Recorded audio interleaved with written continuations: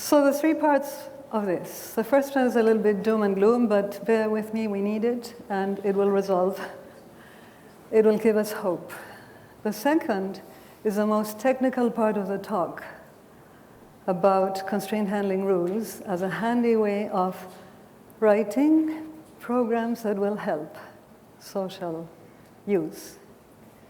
And the third is a reevaluation of intelligence, plain intelligence, and then the consequences that has also for AI. And the motivation is that, I don't know about most of us probably, but certainly I, when AI was starting, were motivated by thinking, oh wow, we're going to be able to replace the work of humans by computers to a large extent, and that will mean work days of 4 hours, everybody employed, everybody enjoying lots of things we don't have now, better distribution of what we have, more equity, blah, blah, blah. And none of that has really happened in the measure I expected it, at least. And instead, I do see that in some cases, we're not using AI for the public when it was funded by the public. The technologies that are basic were funded by the public, and they were being given away for private benefit and not to necessarily focus on human values and concerns. So here are some examples, and I'm sure each of you can think of a million others.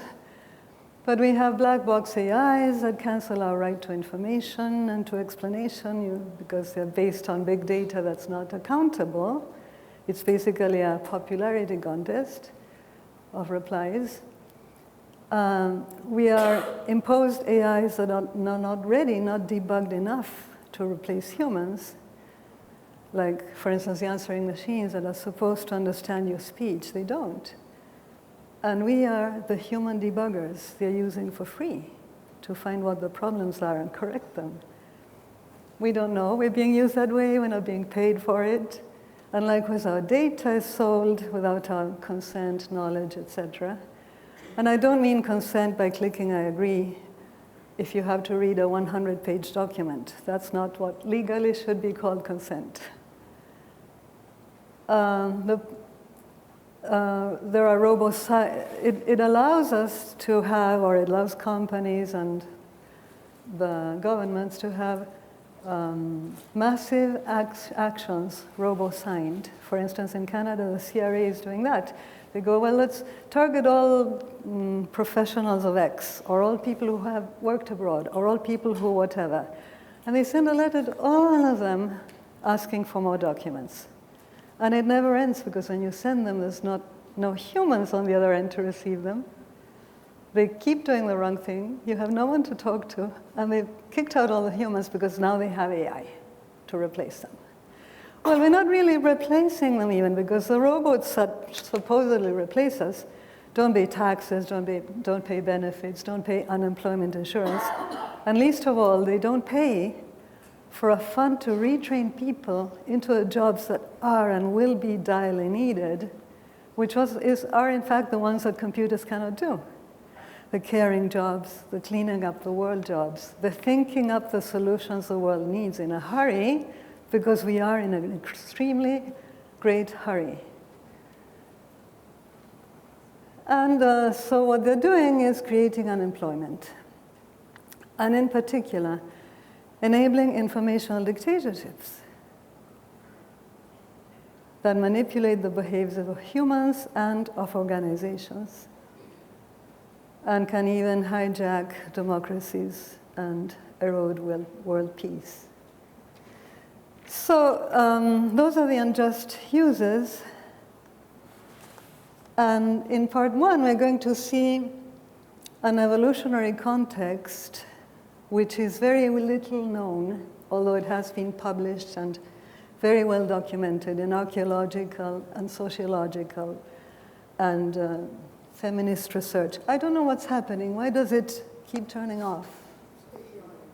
I'm stepping on it?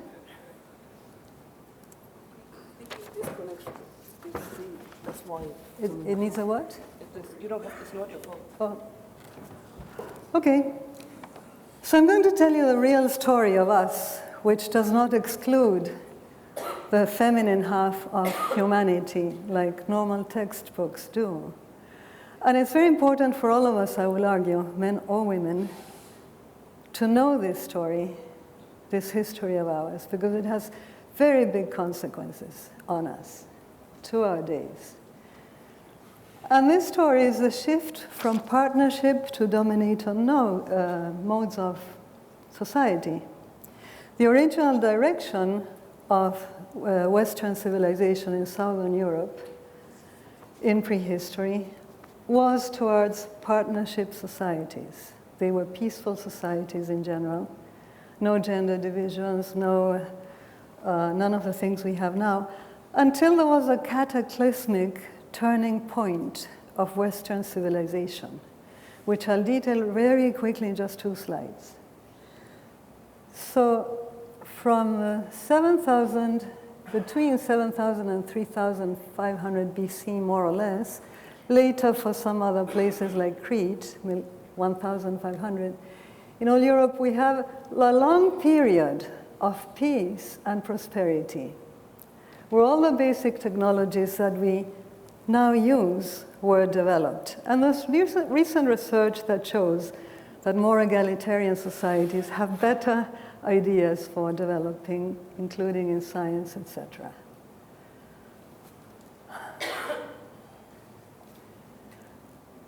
Partnership societies, what are their characteristics? They're not male-dominant, violent, or hierarchic.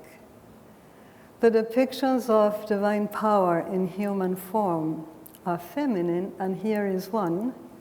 It's a goddess, which is one of many, many, many found in archaeology, whose main symbol is the serpent. You'll see she has a serpent all over her body, various serpents. The serpent was a symbol of deity. And in particular, priestesses had spiritual authority, and women were heads of matrilineal clans that held the land as trustees for the people. They owned the land, but they were just, like women do all the time, cutting the cake in equal pieces so children won't fight, right? So it was a peaceful society, based not on a matriarchy, which would be the converse of patriarchy, but on a matrilineal society where people had equal rights, no matter their gender.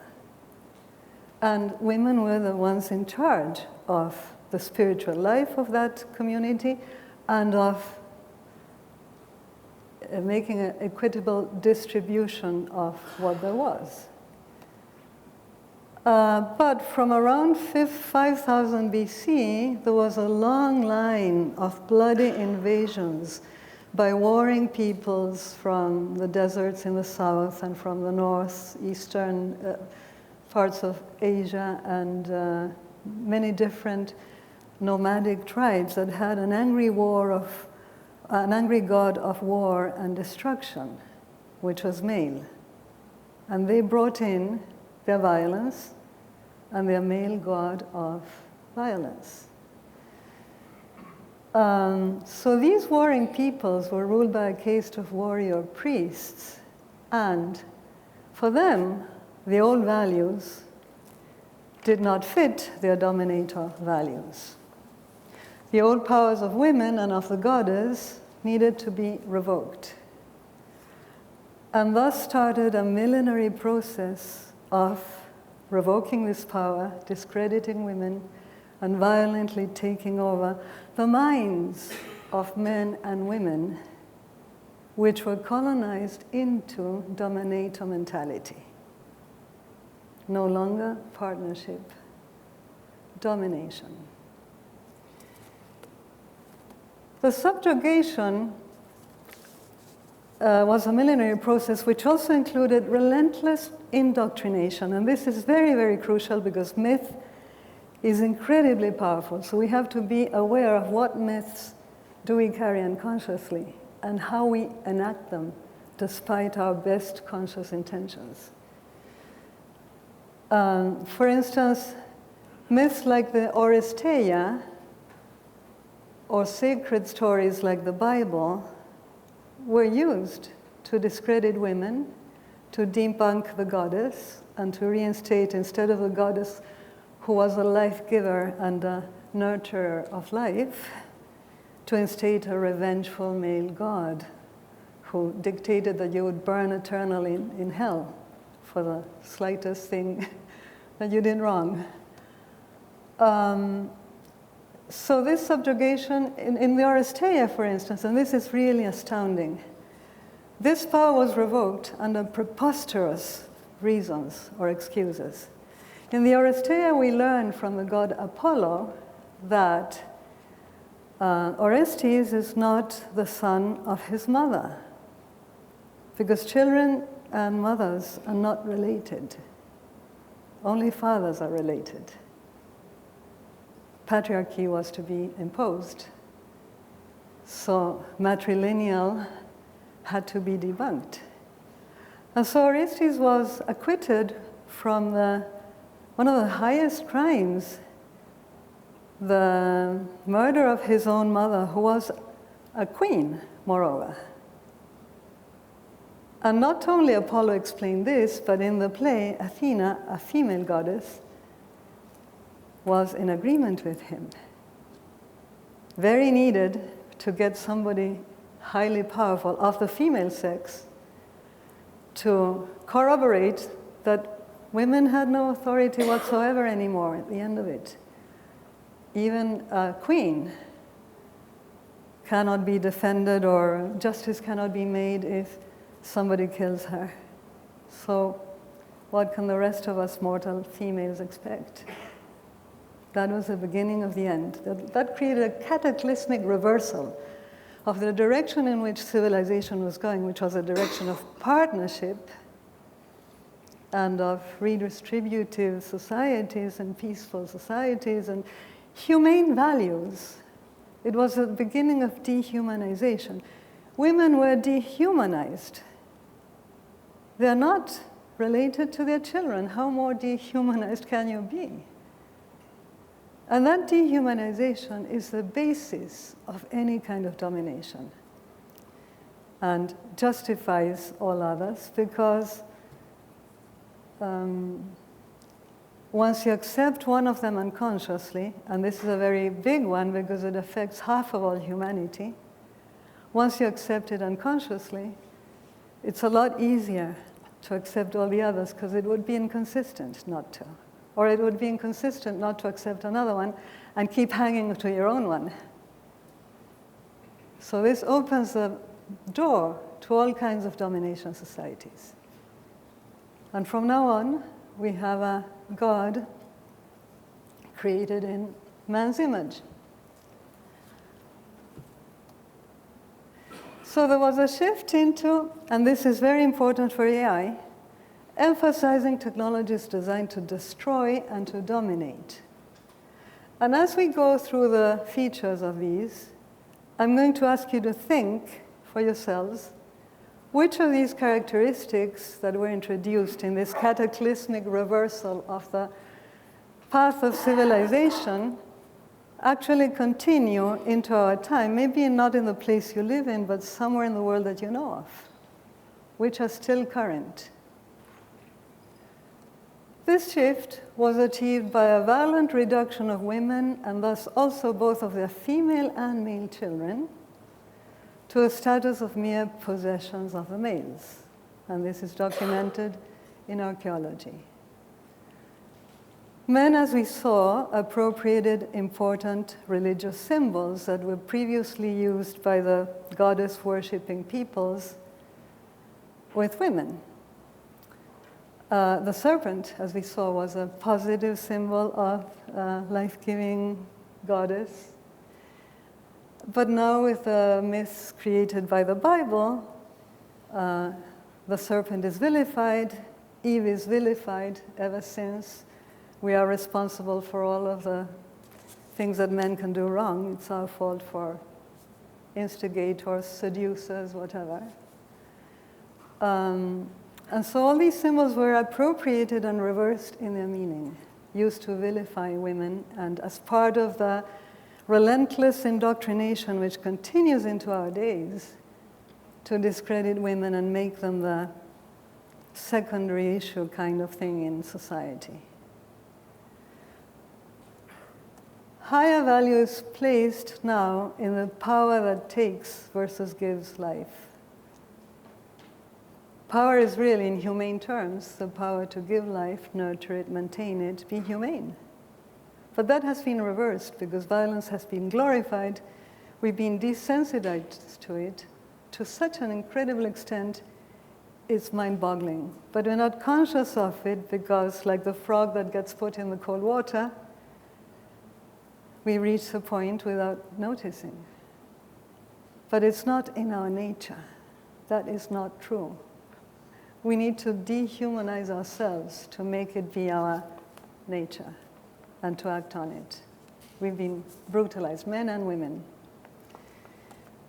And male dominance, male violence, and a generally hierarchic and authoritarian social structure becomes the norm since this cataclysm. Do we still have it? And this also is very important by AI, in particular for AI, that the way in which they acquire possessions is no longer the usual way, but it's characteristically by ever more effective technologies of destruction.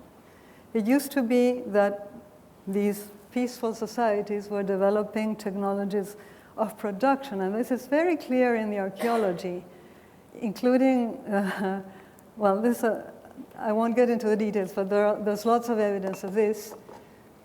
And now, it's through effective technologies of destruction in order to dominate that people start to acquire material wealth, more than they need sometimes. And this is very important too. It is this emphasis on domination and not the technologies per se that are now to the point in which all life in our globe is threatened. And it's also what explains that AI could possibly be misused. So in order to resolve a problem, we have to see the cause. Getting only at the symptoms one by one won't do it, because the symptoms will mutate into other symptoms. So the thing won't change, the problem won't change if the cause is still there. So what I want to impress upon all of us is this is the cause. And we have to get at the cause if we ever have a hope to, for instance, getting more women into computing science. It is this context we live in. Computing science lives in, AI lives in. So let's address the causes, and then the symptoms have a chance to disappear.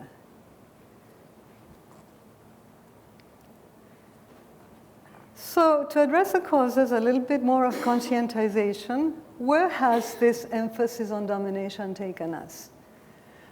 Well, success, yes.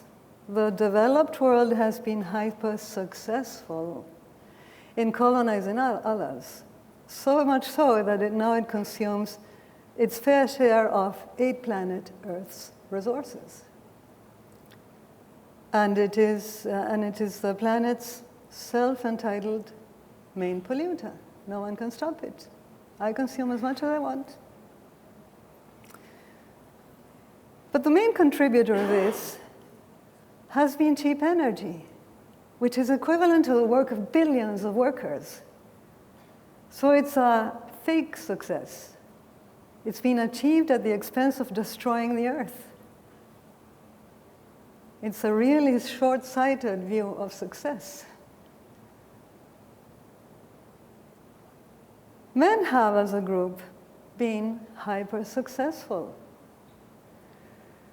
Their work is rewarded with a disproportionate share of wealth, power, and status, as if it didn't crucially depend on the unpaid and underpaid work of others. the female half of humanity. Now, I don't mean by this to make you feel guilty individually if you're mostly men in the audience, because what I'm driving at is we are all socialized into that mentality. And as girls or boys, we depend on the benevolence of free work done for us because we die if not. And that's the way in which we are colonized. We're socialized into accepting this status quo and considering it normal that the people who create the next generation, without which nothing else will exist, no workers, nothing, do their work for free. And when they work on top officially and get officially paid, they're underpaid because they've already been demoted. Anybody who works for free is a slave, not a main person in society. And that's why we never reach pay equity. Because in our minds and the men's minds, in everybody's minds, we really are the second sex. We're not as important.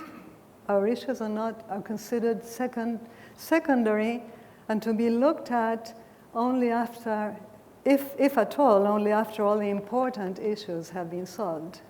They label women's issues, and then we just tolerate an epidemics of rape, an epidemics of female violence, and it's the normal way of society works. It's men will be men, and the laws are like that. They're not enough to persecute the culprits. Well, come on. It is not the normal thing for a human being. It's normal for dehumanized societies only.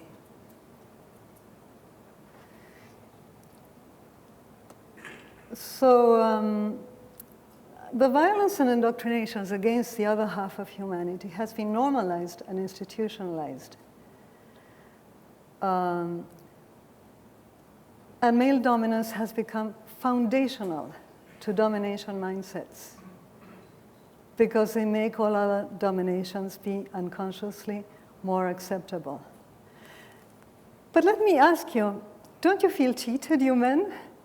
Because for every woman that has post-traumatic stress disorder from the abuses she's been subjected to, and in Canada it's 1 in 4. In India it's 4 rapes per hour.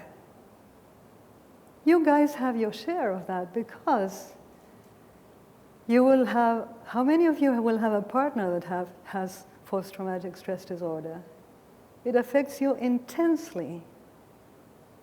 How many of you will have a daughter, a sister, a mother who has been subjected to tremendous violence? And how can it not affect your lives?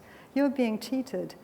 And when you're getting the salary and your wife is not being paid and has to do a job for free, and you're generous enough to give your salary, half your salary to her and help her all her life, and she's lucky enough that you don't run away with a 20-year-old when she's left in poverty after raising your kids, even in that best case scenario, you're being cheated because the work of 2 people, the full-time work of 2 people, is paid with a salary of 1. The system is gobbling up the other salary.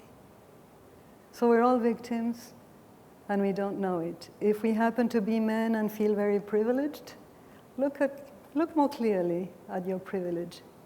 You'll see that you're also a victim. So the technologies of destruction, including uses of AI for domination and exploitation, have never been as successful either, to the point that in a minute we could all blow up. No problem. We're very successful. Now, disclaimer, of course, the problem is not, and I want to emphasize this, because we have to find our unity. We're all one. We're not against each other. The war of the sexes is a lie. It's one of the strategies with which whoever wants the dominator of turn divides and reigns by making the others fight. But what we need is to unite. And so the problem is not men as a sex, The problem is men and women, as they must be socialized or brutalized into a domination system. So this dominator model is a forced ranking, and it really relies on implicit contributions that are hidden. For instance, the hidden contribution of women to the economy, of domestic work to the economy, of generating the next generation to the economy. Of those 200 of years of extracting cheap fossil fuels and using that invisible work of those billions of invisible workers that these fuels amount to. And there is another way. It has been studied by Kate Raworth in a lovely book called Donut Economics, where she makes it very clear what are the real contributions to the economy which traditional economists or mainstream economists do not account for. This diagram makes it very clear that the economy has 4 crucial sections, which are the household, the market, the state, and the commons. It shows the relationships of input-output, social energy and heat, and waste. And it shows the limits of growth, which is the mantra, the god of modern economists, perpetual growth. What's the aim of the economy? To grow. How much? Indefinitely. Is there a ceiling? No. Well, there is a ceiling. It is the Earth's capacity to sustain us. And within the Earth, there is society, and within society, economy, and it has all those sections. And if we were looking at a way of doing it justly, we would be looking at this second diagram she provides about regenerative and distributive economic politics, as opposed to the one we have now. Aiming at these new way of looking at politics, keeping this new aim, which is, as she very succinctly puts it, meeting the needs of all within the means of the planet. She proposes, let's change the goal. The goal of economy is not economic growth. It's not to make the most money. It's to meet the needs of all within the means of the planet. And to do that, we have to look first at the social foundation. What are the goods we need to distribute? Well, water, food, health, education, income and work, peace and justice, political voice, social equity, gender equity, housing, networks, and energy. That's the inside of the donut. If we fall inside of the donut, it's because one of those needs aren't met. To be in the social, safe and just place for humanity, we have to be in the green part of the donut, inside the donut. And if we exceed our limits, the ecological ceiling, then we have problems with either climate change, ocean acidification, chemical pollution, nitrogen and phosphorus loading, freshwater withdrawals, land conversion, biodiversity loss, air pollution, or ozone layer depletion. This is what we want to have. We want to be in the green part, inside the donut. This is what we have. We have transgressed both sides of the donut's boundaries. If you look at the inside, that's a shortfall. And these figures correspond to very clear numbers in tables that he has at the end of the book. It's not just an approximation. They're very exact numbers that generate these graphs. Many people, if you look at the inside, the places where we have the most shortfall are peace and justice and gender equity. But we have shortfalls in absolutely each and every one of the areas where we should have our rights. What's in the green donut is our rights. We all have a right to water, housing, gender equity, peace and justice, etc., etc. Those are our rights. We are not used to considering them the rights of every human being on the planet. But we have to strive for no less, or the problems we have will never be solved. I am convinced of that. So outside the ceiling, we have already transgressed the boundary enormously in the red parts, namely climate change, nitrogen and phosphorus loading, land conversion, and biodiversity loss. And then we have some where the boundary has not even been quantified, but we're likely transgressing it, and that's air pollution, chemical pollution. Part 2. So what can we do? We can do micro actions as professionals, and also we can aim at the bigger picture, because by aiming at the bigger picture, even if it is impossible, everything you do towards will help. In other words, let's do the most we can. But let's keep thinking of that umbrella of we want to be in the donut. Technical part of the talk, Constraint Handling Rules. This is a piece of prologue that's fairly recent, developed by Tom Fruwerth in Germany, that allows you to very concisely develop things like programs that are easily used for AI systems to model things that can then inform policymakers or can by themselves be a help to some profession in order to help one little area of social justice, etc. There are 2 rules, or 3, but I'll just talk of 2. A constraint is like a fact in prologue, if you want to think of it. And think of a bag of constraints where you throw the facts in, the constraints. And they have a form of a logic term. You usually enter them inside the query. Then the rules have the form, they're multi-headed rules, where each head is a constraint or a fact.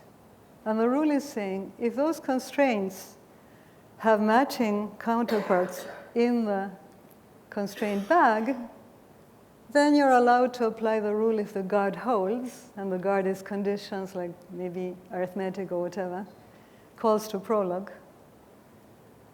And the rule adds what's in the body, of course affected by the same substitutions as in prologue, into the bag.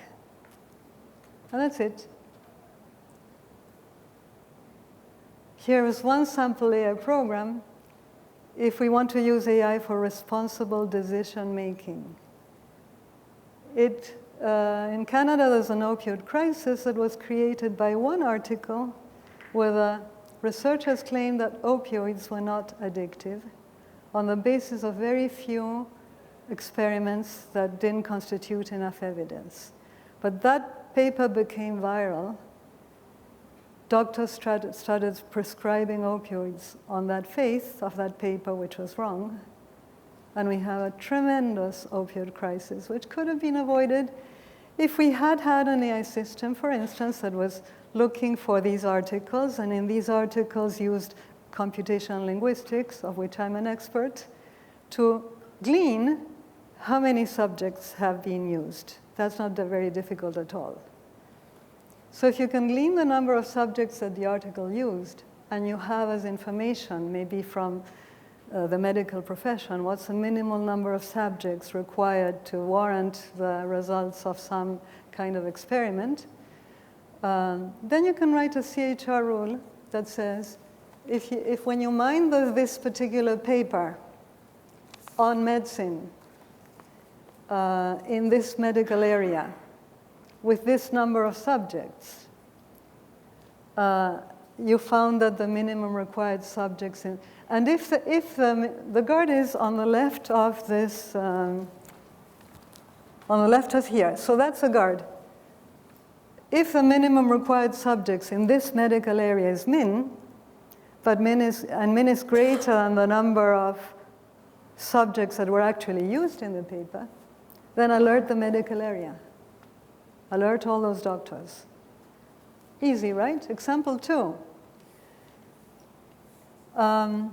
Remember the drug thalidomide that was prescribed for morning sickness and created lots of births with no hands, no arms or legs for kids? Well, There was a hero in Canadian pharmacologist called Frances Kelsey, who by mistake was accepted into the US for a job when she applied because they thought she was a man. They didn't know the difference between Francis and Frances. So luckily for all of us, she was accepted in a job. And she became in charge of deciding whether thalidomide should be accepted into the US by the Food and Drugs Administration or not. She said, absolutely not. Incredible pressure. Why not? It's already used in Europe safely and in Latin America safely and in everywhere, and why not? In Canada. Well, because it hasn't been tested on humans. Okay, we'll do the tests. They come back with a test. No, again, no, why not? It hasn't been tested on women, and this is going to be used on women. Even in these days, we're using drugs on women that were only tested on men with horrible results. This is happening now. But we could have had, in those days, a CHR little program that alerted, right, likewise, anybody who wanted to know that if a drug has been tested only on mice, don't prescribe it on humans. And if it's been tested only on men, don't prescribe it on women and don't prescribe it on children. A no-brainer, right? So field by field, we could create inferential knowledge bases that belong to all. We have the technological means now, in which fake news and fake studies could be debunked in verifiable manner by listing the sources, the references, the authoritative resources, the debunking which were false, and so on. A third example, I don't know if I will get into much detail on this, I probably won't. Oh, I have time till 10:15, right? Okay. A system for corporate social responsibility that recommends decisions taking into account, and this is more conservative than what you could be doing, but it'll still help wherever you can do help. Taking into account a user's goals financially and stated values morally. And it explains the reasons for recommendations. So an example, if I query the system on whether to invest on Dow Chemical or not, and I've stated that I want at least a minimum desired rate of 5% of interest or benefit, and I have given a high value for the human rights criterion to the system, as a user, I give only that, those two things. And I get the following advice, together with a link of where I got the advice from. And the advice might be, do not invest in Dow Chemical, because according to Wikipedia, it sells chemicals that damage the human nervous system and have been banned from the US for that reason to third world countries that do not yet have protective regulations. And this is an example from real life, because my brother actually acted in one of these, defended the workers that has been sterilized by Dow Chemical in African and Latin American countries, and won that case.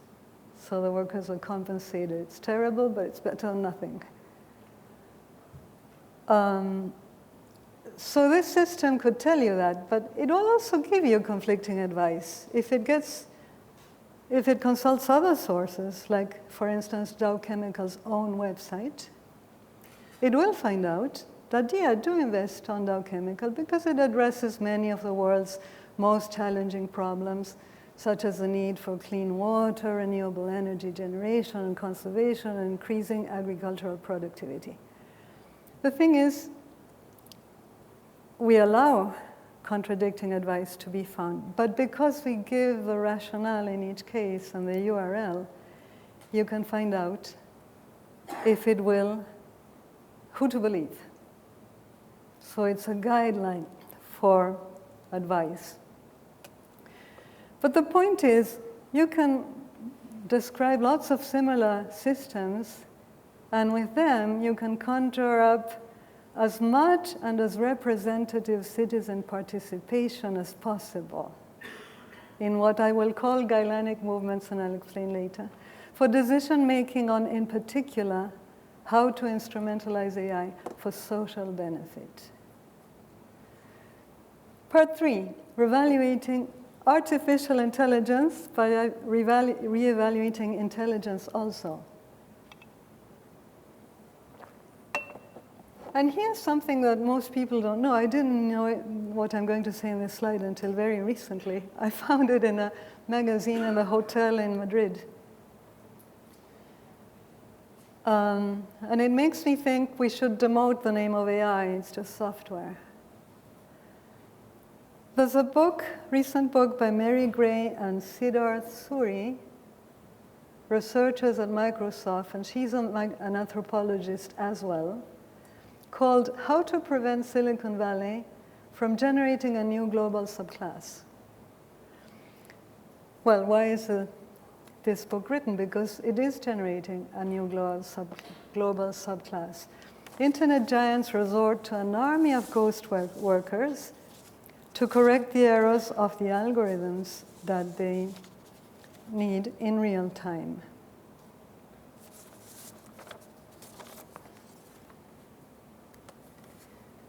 There are lots of people who are recruited. Like, for instance, when Siri doesn't understand what you mean, or when you've asked a question to Google and the reply isn't really there. You know, when there's something that goes wrong in all your searches, there are millions of people, millions of microtasks that are distributed either because a piece of software requires a job done that it couldn't do, and it delegates on a human without your knowing, or an engineer has actually requested that. So there are lots of people working on generating data needed and on interpreting data that is already there that computers are not good enough at interpreting. And these people are not accounted for in the official economy. They don't have benefits, they don't have, paid holidays, they don't have unemployment insurance, they're just project-based. They don't tend to enter in the normal definition of employment. So they're not accounted for. They had to do a very big investigation, company by company, to find out some of the data. And there's no law saying you have to gather all those data and make laws to protect these workers. They don't exist. It's a new model.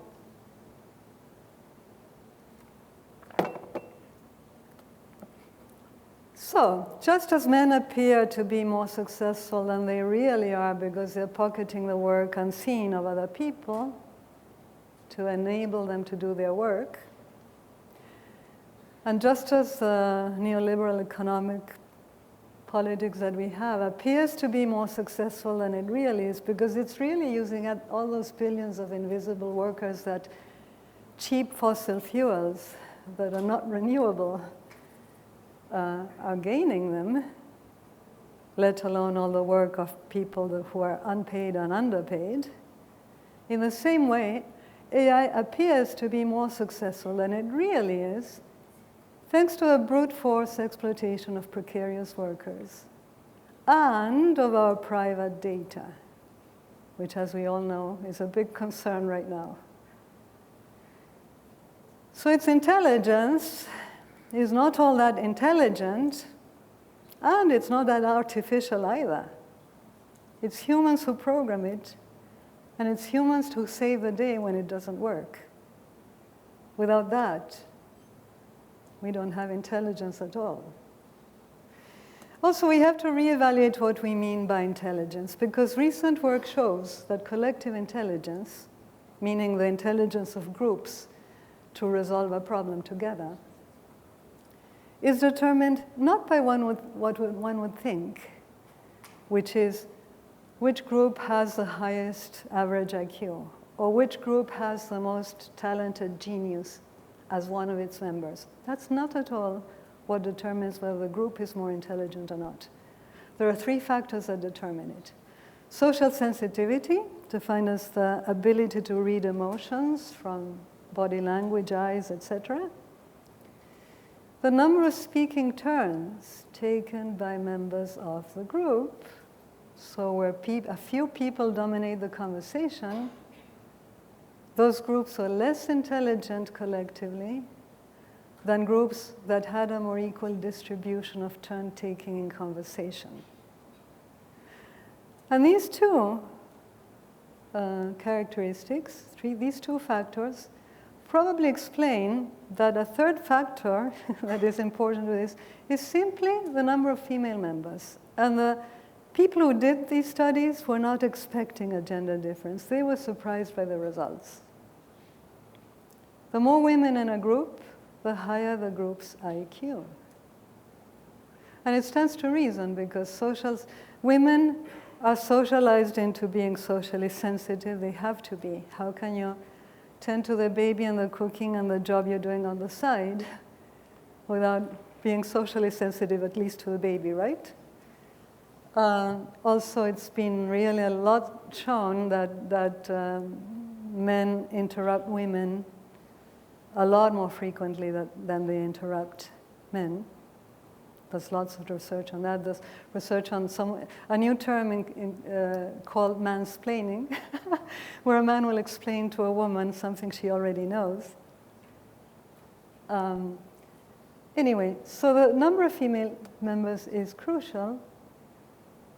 And for instance, in every area, like teams with an equal gender mix perform better in business than male-dominated teams in terms of sales and profits. Even in non-intellectual tasks like the Olympics, better gender balance and better equity in those societies implies more prizes, more success. Those are the references.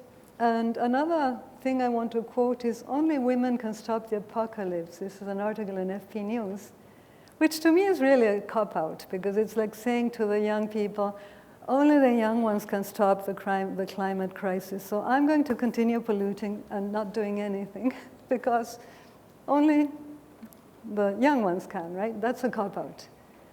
In fact, the thing to do is restore the power women were robbed of, and then maybe you can help them big time. You have to participate too, do your share. But anyway, research shows that absent women's full participation in nuclear issues, two things happen. Negotiated agreements are less likely to hold, and innovative ideas are left unheard. Research also shows that women's status is the best predictor of state peacefulness.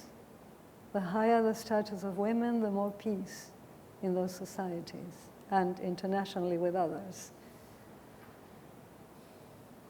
And studies show too, more repressive attitudes towards women are accurate predictors of periods of aggressive warfare, militarism, imperialism, totalitarian dictatorships, and domestic and international violence. So these pieces of information, if we join all the dots, should really be worrisome to us now, where we have heads of state making the apology of sexual harassment and horrible things. And we have an epidemic of violence against women, which is not getting the attention it deserves. It has way more victims than the so-called terrorism victims. But no one talks about it anymore. We've been successful already in feminism, so that's something of the past. It's not happening now. We don't need to do anything. I'll pass over this one. So going back to now the more positive part of the talk, how do we try and meet the needs of all within the planet's means? And there's two things: a redistributive, regenerative economy that goes beyond the present distribution, which is now determined by the relative power of workers, landlords, and capitalists, and not, as the economists say, by the relative power of productivity. This is shown by numbers. But more importantly, what are the means for a transition? An ownership revolution, which is already underway because there are employee-owned companies that have a different model than the traditional one. They're sprouting everywhere. And the model is these companies raise funds by issuing bonds and promising not ownership, but a fixed rate return. So I'm saying this because among us, there'll be people starting companies, having influence in companies, etc. So let's think, we create an AI company, maybe we can use the new model, not the old model of growth at all costs. And that will allow us to do interesting things because we're not focused on just make more money, make more money. We can transform industrial design from degenerative to regenerative, backed by regulation. And we can change our perverse tax laws in a way that taxes what can be taxed, because soon we'll have no jobs, so what's the point of taxing workers instead of passive money or instead of use of non-renewable resources?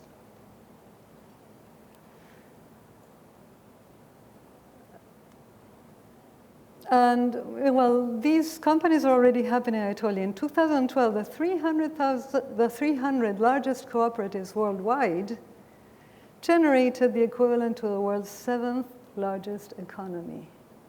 So this model is successful. This gives us hope.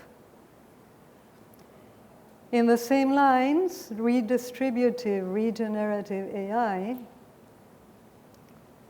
can move us from the present distribution where the winner takes all to an internet-created commons that shifts us back into partnership societies where we own the ideas, we own the robots, we have AI companies with redistributive structure, we invest more on skilling people in places where they beat robots up and where it's needed,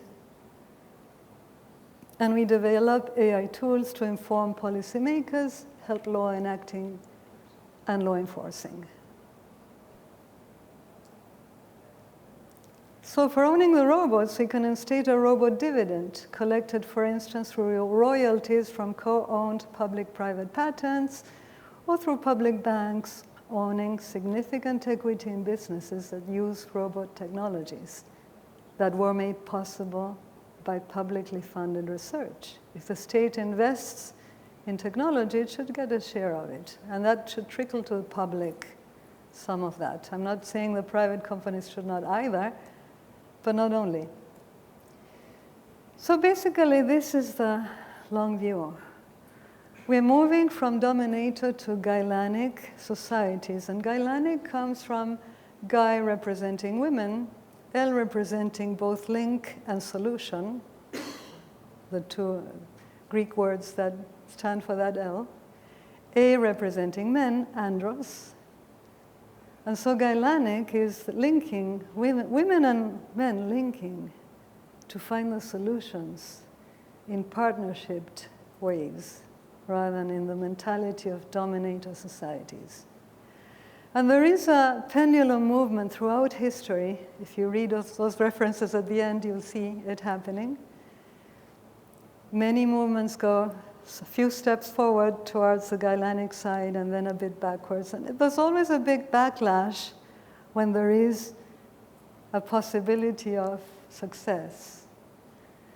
So there were various Guyline movements throughout history. But the main point is humanity is not doomed to perpetuate patterns of violence and oppression because it's not of human nature. We've been raised to believe it is, but it's not. It's not that boys will be boys, that prostitution is the oldest profession, that blah, blah, and it's always going to be there. No, those are myths. We can move beyond those myths to a Guyline society. But to the extent that androcracy remains in place, I'm quoting Rianne Eisler, a just political and economic system, and hence a just AI remains impossible. Will you join me? Shall we make it possible? And with this, a big thank you.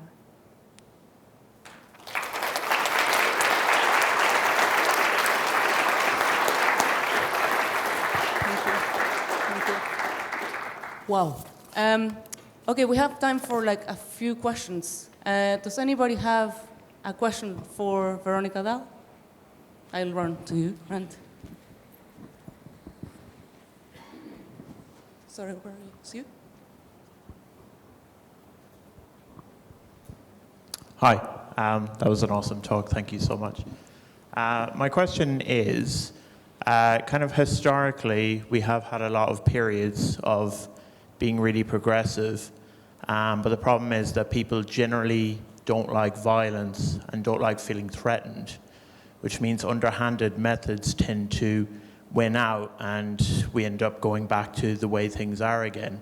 So kind of with this approach, how can we kind of, as a species, basically start doing the right things and not allow people to take advantage of good nature and use underhanded methods to slip things back? How can we prevent in 100 years' time the news article that says, oh, well, these protected lands with fossil fuels have now been reopened to boost industrial growth? I don't have a crystal ball and 2020 vision into the future, but I will give you my subjective answer. The first thing is to de-brainwash ourselves, to realize we've been programmed into this acceptance of things as they are because that's the way things are.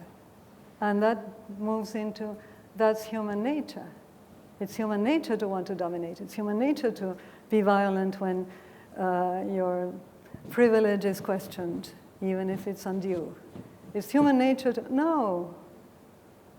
We have the example of many, many thousand years of civilization where the norm was partnership. And that's the way society was going until it was hijacked in the other direction. So we have to move it back into its normal, natural course. It's like having a body and saying to your body, I'm going to paralyze one half. That way the other half dominates. You won't be able to walk properly because a body is made to have two halves. Likewise, humanity is made to have two halves. And if you paralyze one, you're going to dominate it, but you're going to be impeded from your natural evolution. We have to regain it. How to regain it? Everybody has to do their share. And everybody will feel what it is. If we are conscious of this umbrella, that we're going from domination to Guyline movements. How do we effect a difference? By being conscious, present and conscious in every moment of our lives. But to the extreme, like, why would I watch a TV program that distracts me and fills me with violence and with these values that are not humane values? Why would I do that? Instead, I'm present. I'm remembering. I'm part of this Guyline movement. What can I do now for it? At every moment in my life. And then catch the automatic reactions. If you have a dominator mindset reaction at some point, catch it. Change it, reprogram it, and talk to people and join Guyline movements. There have never been as many, and that's very, very hopeful. But they're all spread out and divided and weak. Give them your force, give them your strength. Join the ones that are the most congenial to yourself and to your ideas, and join them. And in between movements, join around issues. Even if you don't agree on a whole platform of something, if there are 20 organizations that agree on one issue, those 20 should join. United, we reign. Divided, we don't. And our nature is to be humane and to be united and to be present and conscious. So our job now is to become more conscious. And from that, the solutions will appear to each of our minds at the moment it is needed. That's my subjective answer. I'm sorry, we're actually ahead of time. So sorry, we're out of time. But so we're not going to have any more questions, sadly. But thank you so much, Veronica. Thank you. Thank you.